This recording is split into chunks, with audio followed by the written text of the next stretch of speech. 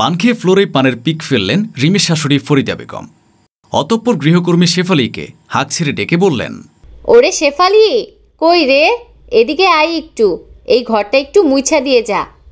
শেফালি পাশের ঘর মুছছিল। ফরিদা বেগমের ডাক শুনে ড্রয়িং রুমে গিয়ে দেখে ফরিদা বেগম ফ্লোরেই পানের পিক ফেলে রেখেছেন। তারপর তাকে ডাকছেন। একটু আগে সেই ঘরটা মুছে গিয়েছিল।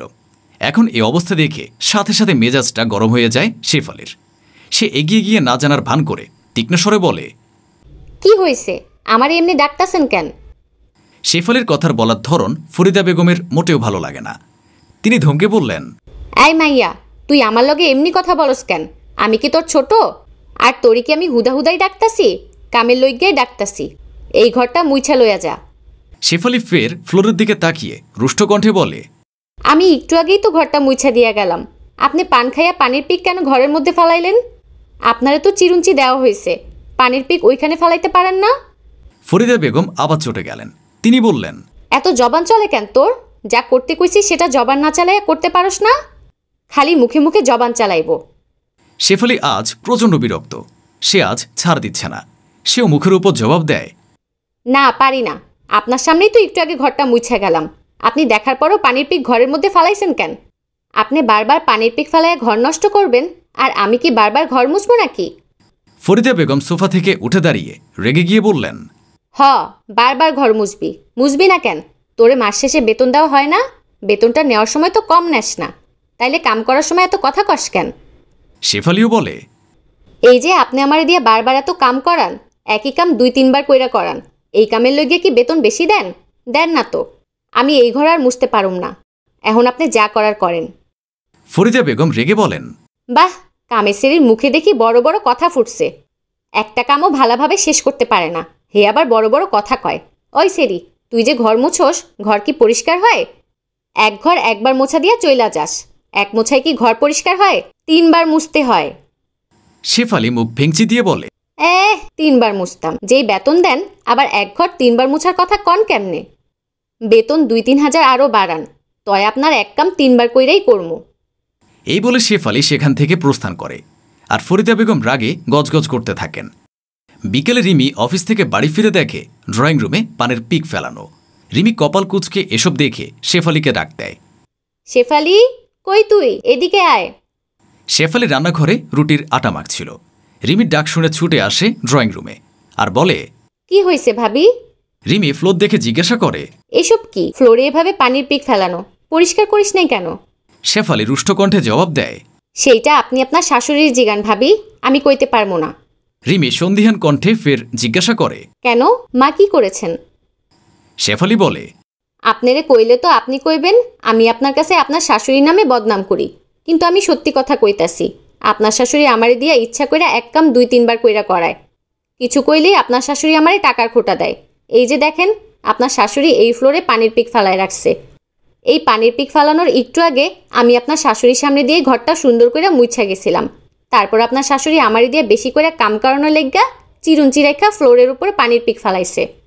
পানির পিক ফালাই আপনার শাশুড়ি আমারে ডাকে আর কয় ঘরটা আবার মুছে দিয়ে যাইতে। এখন আপনিই কন ভাবি, আপনার শাশুড়ি যদি আমারে দিয়ে এক কাম বারবার করায়, তাইলে আমি এই জায়গায় কাম কেমনে করবো? আপনার বাসায় সারাদিন কাম করি বইলা কি আমি মানুষ না? আপনার শাশুড়ি আমারে সারাদিন জ্বালায়। শেফালির মুখে শাশুড়ির কর্মকাণ্ড শুনে রিমি চিন্তায় পড়ে গেল। তারপর শেফালিকে অনুরোধ করে বলল, শোন না শেফালি, একটু মুছে দে না প্লিজ, আমি আম্মার সাথে কথা বলবো এই বিষয়ে। আম্মাকে আমি বুঝাবো, আম্মাকে বলে দেব যেন তোকে এভাবে না জ্বালায়। শেফালি মুখ কালো করে বলে, আপনি কইতাছেন দেখা কিন্তু মুস্তাসি, আপনার শাশুড়ির ভালো করে বুঝাই দিবেন। 1 মাস ধরে আপনার শাশুড়ি এই বাসায় আসার পর থাইকা আমার দিয়ে এক কাম 2-3 বার করে করানো যেন হ্যার অভ্যাস হইয়া গেছে। এমনি চলতে থাকলে আমি কিন্তু কাম ছাইরা দিমু। রিমি নরম স্বরে বলে, এভাবে বলিস না শেফালি, আমি মায়ের সাথে কথা বলছি। অতঃপর রিমি নিজের ঘরে ফ্রেশ হতে চলে গেল। শেফালি ও ফরিদা বেগমকে বকতে বকতে ফ্লোরটা মুছে নিল। তার শাশুড়ির ঘরে গেল। রিমির শাশুড়ি ফরিদা বেগম বিছানায় বসে তসবিহ পড়ছিলেন। রিমি দরজায় নক করলে ফরিদা বেগম হাস্যোজ্জ্বল কণ্ঠে বলে ওঠেন, আরে বৌমা, আহো, ভিতরে আহো। রিমিও মুচকি হেসে শাশুড়ির পাশে গিয়ে বসে। ফরিদা বেগম বলেন, বাসায় আইসা খাইছো মা?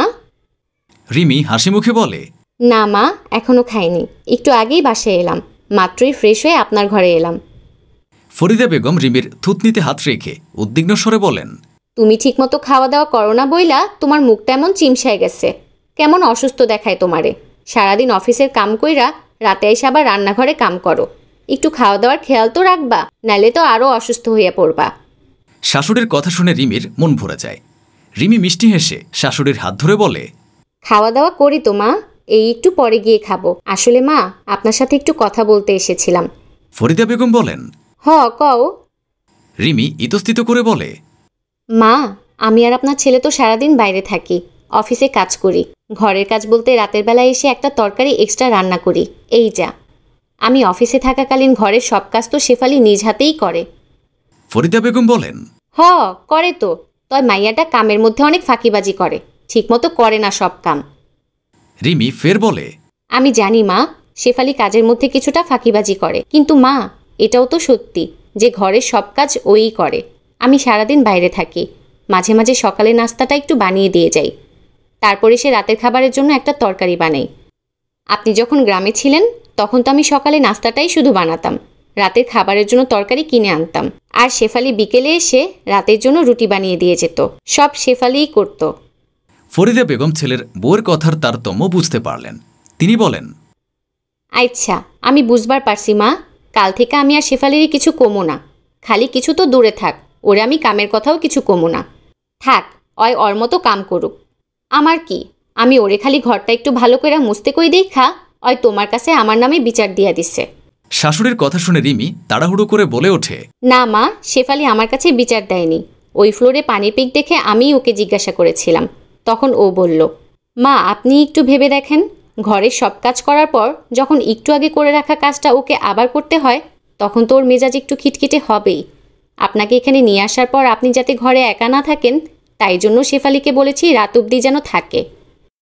রিমির কথা শুনে ফরিদা বেগম বিছানা ছেড়ে উঠে দাঁড়ালেন। তারপর রান্নাঘরের দিকে অগ্রসর হলেন। শাশুড়িকে হঠাৎ উঠে যেতে দেখে রিমি খানিক অবাক হল। তাই সে শাশুড়ির পিছু পিছু রান্নাঘরে গিয়ে দেখে ফরিদা বেগম শেফালিকে নিজের বুকে জড়িয়ে নিয়েছেন। তা দেখে রিমি যেন অবাক, সেই সাথে খুশিও। ফরিদা বেগম শেফালির কপালে চুমু দিয়ে বলেন, আমি তোরে অনেক কিছু কই তাই না, তুই এগুলা মনে লইস না। গ্রামের মানুষ তো, কামকাজ লইয়া একটু ছুকছুক স্বভাব। আমারই নিজের মায়ের মতন মনে কইরা বকাগুলা ভুইলা যা। আমি আর তোর কাম বাড়ামো না। ফরিদা বেগমের মুখে এহেন আবেগপ্রবণ কথা শুনে শেফালিও আপ্লুত হয়ে পড়ে। শেফালির চোখে অশ্রু এসে ফিরে। শেফালি বলে, আপনিও আমারে মাফ করে দেন খালাম্মা, সকালের দিকে আপনার সাথে ওইভাবে কথা বলা আমার উচিত হয় নাই। রান্নাঘরের দরজায় দাঁড়িয়ে রিমি এই আবেগপ্রবণ পরিবেশ দেখতে থাকে।